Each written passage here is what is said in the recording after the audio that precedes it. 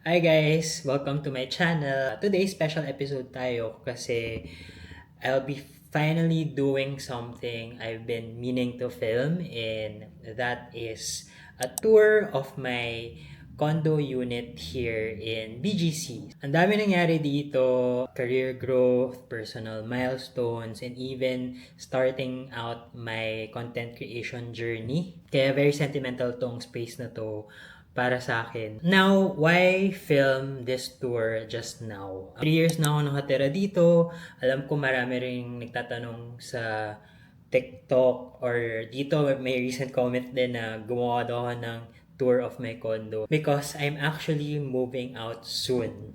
So why I'm moving out? So that's for another episode.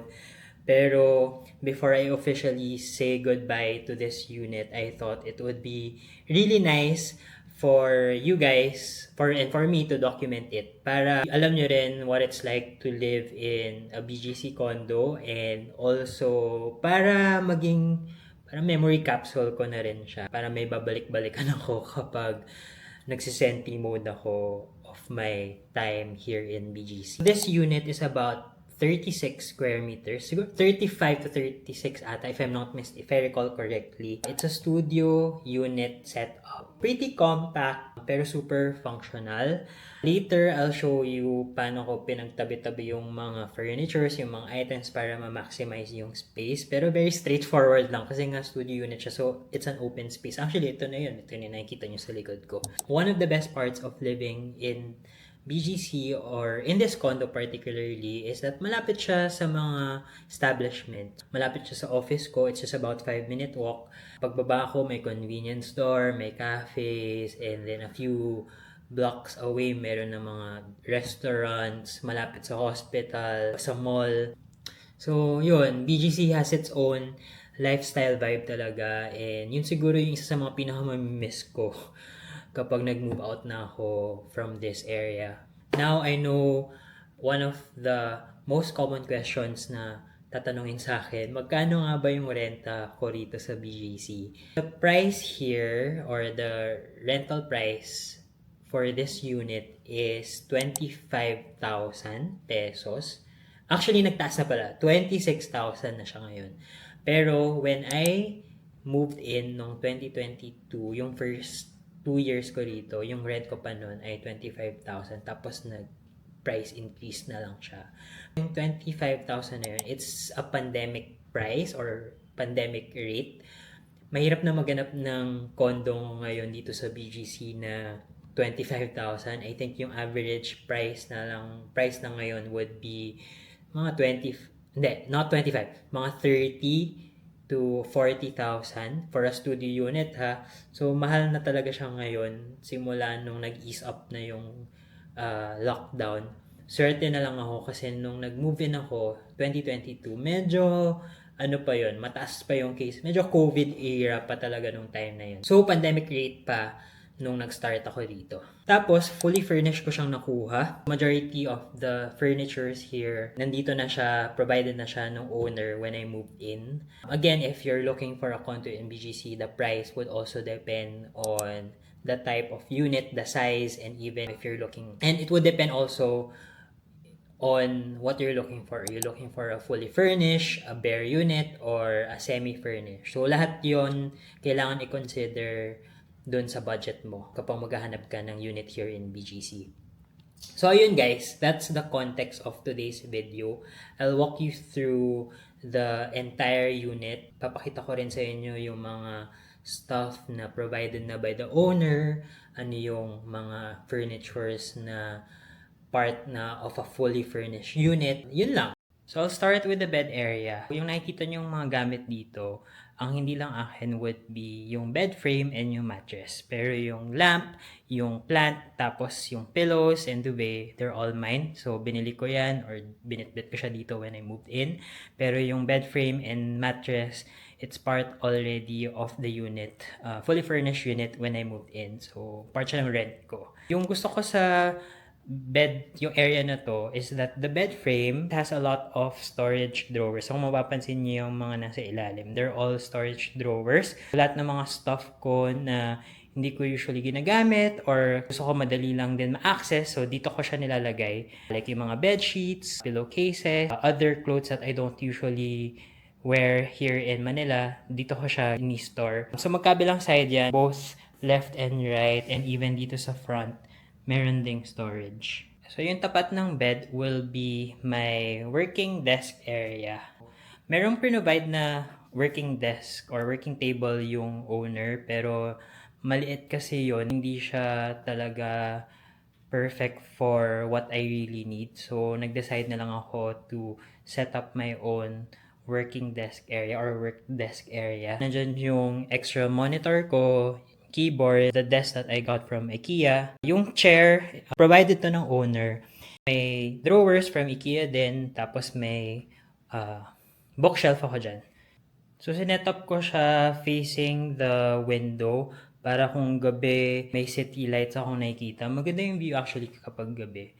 Katabi ng work desk area, yung TV, yung fan, and yung table. Yan. Tapos yung dining area, yung kung mapapansin nyo, minsan nagiging patungan ko na rin siya ng iba-ibang gamit.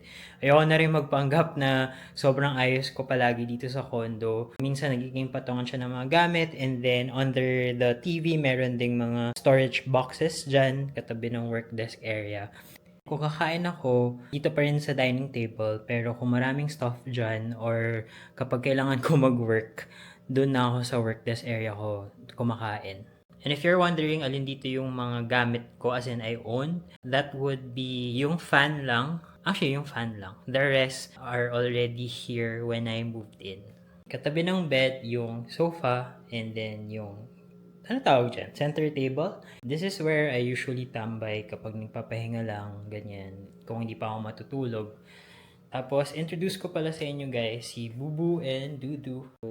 They're my favorite IG characters. Super cute, so nilalagay ko lang sila dyan. Ito na actually yung majority of the space.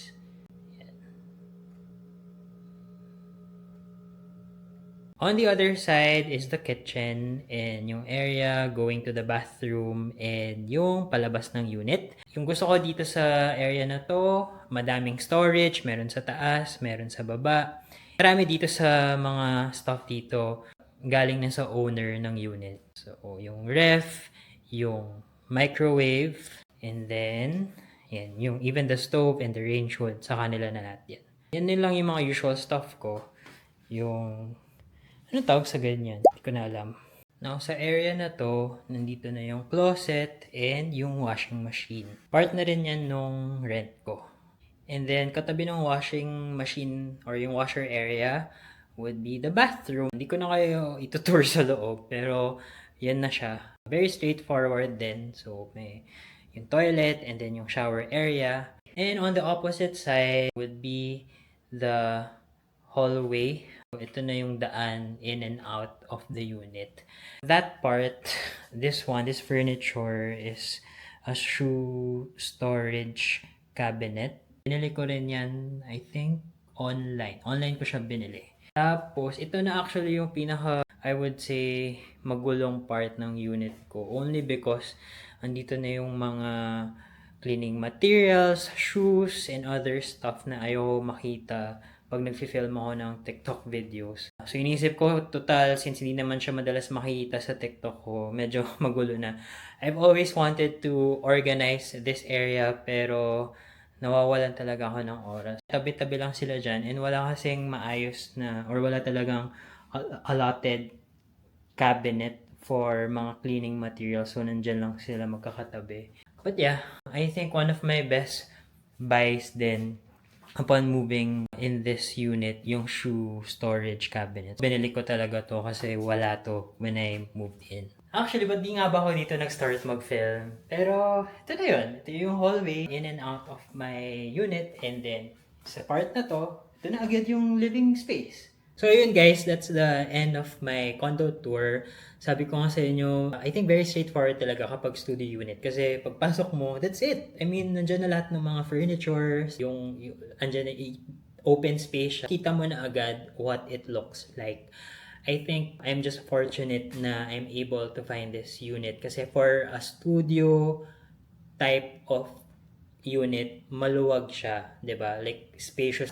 Yung ganitong size of a unit, papasa na siyang one bedroom sa ibang condo properties. If gusto niyo akong samahan dito sa series ko of moving out from BGC, itong adulting series ko, please do subscribe. I'm planning really to post more videos on YouTube. I think this is a good start, and I'm hoping that you guys would stay with me all throughout this journey. Please do subscribe and like this video. Bye-bye!